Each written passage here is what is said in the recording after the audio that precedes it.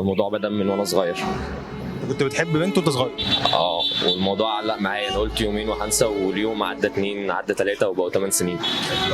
بس فحاولت اتعلم كل حاجه بقى ممكن تتخيلها، فعشان اعرف السبب اللي انا اترفضت عشانه.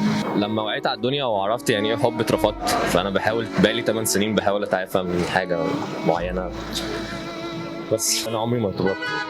فالموضوع كان بالنسبه لي صعب شويه. انا كنت راسم حلم معين بس ربنا اراد حلم تاني، والحمد لله يعني بسعى وان شاء الله خير. تعرف هي فين دلوقتي ولا ما تعرفش؟ اعرف، واتمنى تكون مبسوطه في حياتها والله بجد يعني. بجد انا مش عايز اي حاجه من الدنيا دي غير ان اشوفها سعيده ومبسوطه في حياتها، سواء معايا او مع غيري يعني. بس ورجعت لك دلوقتي؟ لا، انا مفيش فرصه للرجوع اصلا، بس بجد اتمنى اشوفها اسعد حد في الدنيا.